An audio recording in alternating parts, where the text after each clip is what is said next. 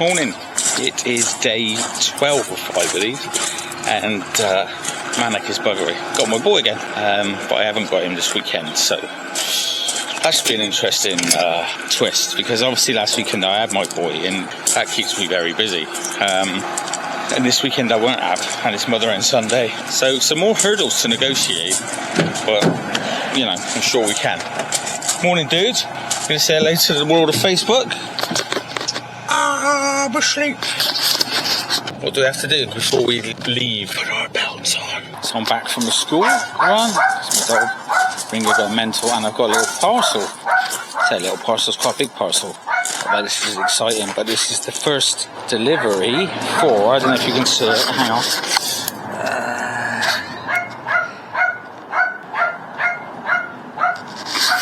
Team me up, Scotty. I've done a t-shirt business, mental. But yeah, so that will be my t-shirt, fucking heavy, so I'm gonna have to put this camera down. But yeah, isn't it weird how things just all happen? Hey there, Ringo. It's day 12 and things are flying. Yeah, it is, what time is it? It's 2:15. Wow, that went dark. It is 2:15, and I'm unexpectedly having to go and pick up my little boy at 3 o'clock, so that threw me a little bit, because Friday's the day he can go to the shop and have sweets, and I'll sit in the park with him, but I wouldn't be normally having him today. It's just his mum's got an appointment she needs to go to, so I wasn't sort of mentally prepared to be going to the shop. I know that sounds really crazy, but I think you have to be prepared for all these things so that you know where you're at. Fortunately for me, in my journal that I keep, I've got reasons and excuses for things like today so that I don't fuck it up, because I could quite easily fuck it up. Tonight I've got a very rare evening here at my house with my girl, so it'll be nice. It'll be nice to sit and watch a film, drink sparkling water and coffee, eat Cambridge products, watch a film. But you know, today could be a wobbler, and this weekend obviously is interesting because it's Mother's Day, so my mum has not been well, so it's nice that she is actually here to celebrate Mother's Day, so I would like to celebrate it with her, just I won't be eating, so bit of a weird one for me, but you know, when I did this before, I can remember it was her 60th birthday and I get through that, so I'm sure I can get through this. So just following on from what I was saying, that you know, that things can throw you a wobbler, and if you're not prepared for them, which sort of leads me on to, I'm doing a little advert today for my services, if that's what you want to call it, and I just briefly touch on the 4 phases of this plan. Now, I've spoken about it before, but I've just mentioned the 4 phases. I haven't really gone into too much detail about what that is, and I mean, I still haven't even in the advert. I think here is possibly a good place to do this, because I was saying just now about getting caught out because I wasn't planning on picking up my son and therefore going to the shop with him, sweet shop with him, and sitting in the park and doing that with him today. So my brain wasn't on that. When now it's just been thrown a wobbler. Like, you might think, well, man up, you're just going to the shop with your son. And you're absolutely right. But I know there'll be this moment where it's like, well, I could just have a can of Coke. I can have a Crunchie, because it is Friday. Thank Crunchie, it's fucking Friday. You know, because we're conditioned to... No, I just did it. Thank Crunchie, it's Friday. You know, I said in the vlog the other day, you know, have a break, have a quick crap, quick kick, that fucking thing I said. You know, we're conditioned to, and we're hardwired to believe these things. And I already said to you, tonight is going to be lush because I've got Bex here, which would be like the first time forever. And I know that it's Mother and Sunday as well, so my mum and dad don't live far from me, so it would be really easy to just open the barn, sit in there, drink a bottle of wine, have a Chinese, and do normal things, which I'll get onto normal things, because I had this conversation with someone who said to me that it's no point losing weight. When I go back to normal eating, I just put it back on. If your normal eating is eating Chinese, drinking booze, fucking about, then yeah, you will. These 4 phases, why am I going on about? It's because they're really important. I am in phase 1 at the moment, which is reset. I need to reset my body back to default setting. So like what I was born at. Which, because I wasn't born with food addiction. I wasn't born with these fucked up, associations that I have with food. And I had broken those until about maybe 18 months, where I implanted new associations, like 14-hour shifts as frontline ambulance. You only get half hour to eat, so you eat and go. You eat and go, eat and go, eat and go. I was not living anywhere, so I had nowhere to prepare food, so I could just eat and go healthily. But that's all bullshit. It's all stuff you just tell yourself. I also knew that I didn't want to lose my son. Now, this is going to be a separate vlog, I'll talk about this, but in a really paraphrased nutshell, I know that when I'm slim and feeling good about myself, I stand up for myself and go, I fucking deserve better than this shit. Well, I didn't want to say I deserve better than this shit 2.5 years ago, because it would have meant telling my ex to fuck off, and that could have potentially lost my son, but that's a different vlog. I am in the reset phase right now. So I am on Soul Source program with the 1-to-1 diet, which is a very low calorie diet. Shakes, soups, bars, meals, all that stuff. My first 2 weeks doing liquid only. This is my choice, this is the way I like to do it. The reason why I do liquid only in that first 2 weeks, which I will explain in another vlog, but I'm in the first 2 weeks there. I will do at least 12 weeks on Soul Source, because I have 7.5 stone to drop. So this first phase, I am just resetting. I am going, I do not eat sausage, bacon and eggs for breakfast. I do not have a Kentucky for lunch. I do not have a Chinese for dinner. Alcohol. And I need to get my body back used to giving it the correct nutrients and vitamins it needs to function. Just need to drop as much of that weight as possible and reset back to my default settings. Then I talk about regeneration, and I always mention Doctor Who, and that's only because when I was a kid, I remember like when the Doctor came to the end of his time being the Doctor, and he would sort of leap and he would regenerate into a new Doctor. It was always exciting. So who's the new Doctor going to be, and what Tom Baker used to like always have a bag of jelly babies, I remember. What? So, but I thought this is perfect, because what I want to do is leave my old Time Lord that eats shit and drinks and all the rest of it behind, and regenerate into this new, slimmer, fitter, healthier, happier Doctor, which is new me is. And I talk a lot about, and what I do with my clients is I get them to create a patchwork version of themselves. Now, what do I mean by that? What I mean is absolutely go through and go, this is the haircut I'm going to have. These are the types of clothes I'm going to wear. These are the places I'm going to go. These are the drinks I'm going to drink. This is how I'm going to batch cook. And you create this vision and do it on a vision board, the best version of you, and you mold that and sculpt it. And when you're going through the regeneration phase, what you're doing is you're putting down new strategies, you're putting down new coping mechanisms, you're laying the foundations for this new generated you. So reset has to be done first, and then the regeneration process, creating this perfect version of you, is vital. Then we have reverse dieting, because the regeneration of you is fantastic in, and this is what I'm working towards, and this is, these are the little rituals that I'm going to do every single day to make up this new version of me. However, you need mechanically your body to be in the same place as your mind, and the way you do that is you reverse diet.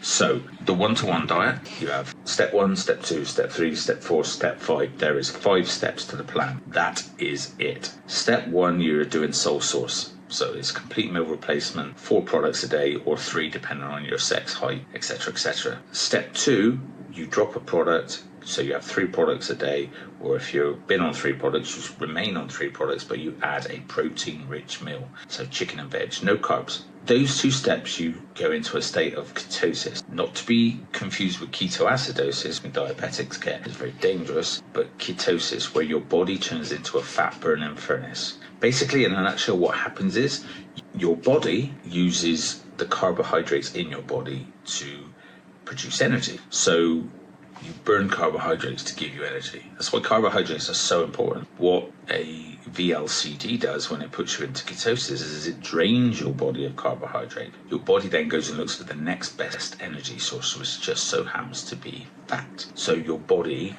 eats fat to give you energy. That's why you get rid of a lot of fat, and a lot of clients get quite cut. But that is important to remember, because when you enter step 3, 4 and 5, you come out of ketosis unless you choose to do a no carb version of the plan. Personally, I just said to you, I think carbs are vital for your ongoing success. So it is vital that you do them. So my plan, step 3, when you go down to 2 products and then you have food that makes up to 1,000 calories, you add carbs. You come out of ketosis, and you might want to start doing something that helps burn.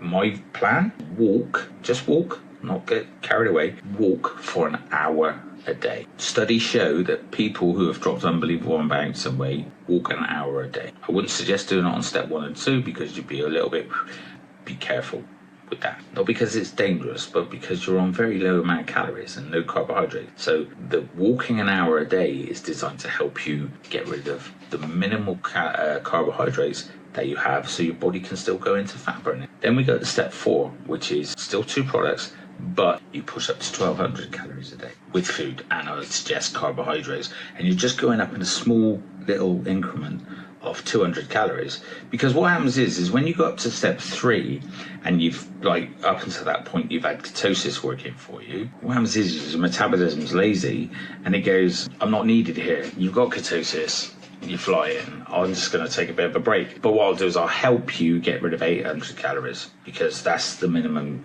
we need to do. So it dumbs itself down to 800 calories. And I talked about bounce back weight in another video, so go and have a look at that. And the reason why bounce back weight happens is because people don't do this process properly.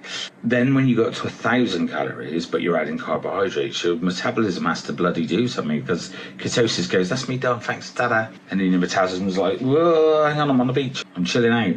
And it then, you might plateau on step 3 because that's your metabolism going, I'm not used to working, sorry, I'm a bit tired. But then eventually you go, actually, this is my job, isn't it? So it'll burn 1,000 calories, and then you'll start to drop weight on 1,000 calories, and that's when we put you up to step 4. And then you go up in those 200 calorie increments, and it goes, ooh, again, and then you start burning the 1,200 calories because it's its job, and then you go up to step 5, which happens to be 1,500 calories. So you've gone up in the 300 calorie increment, then work a little bit harder, push your metabolism a bit further. Now, I don't know about you, but personally, I don't want to stop on 1,500 calories. So I created a step 6. My step 6 is, because step 5 is 1 Cambridge product and food, up to 1,500 calories. My step 6 is keep doing a product, a VLCD product, and then just go up from 1,500 calories to 1,750. Okay, so you get 1,750 calories with a product, because what you're doing is you're getting your mind used to the fact that I'm having more calories and I am coming off of the VLCD, but I'm doing it slowly, catching monkey, because I want my brain to catch up.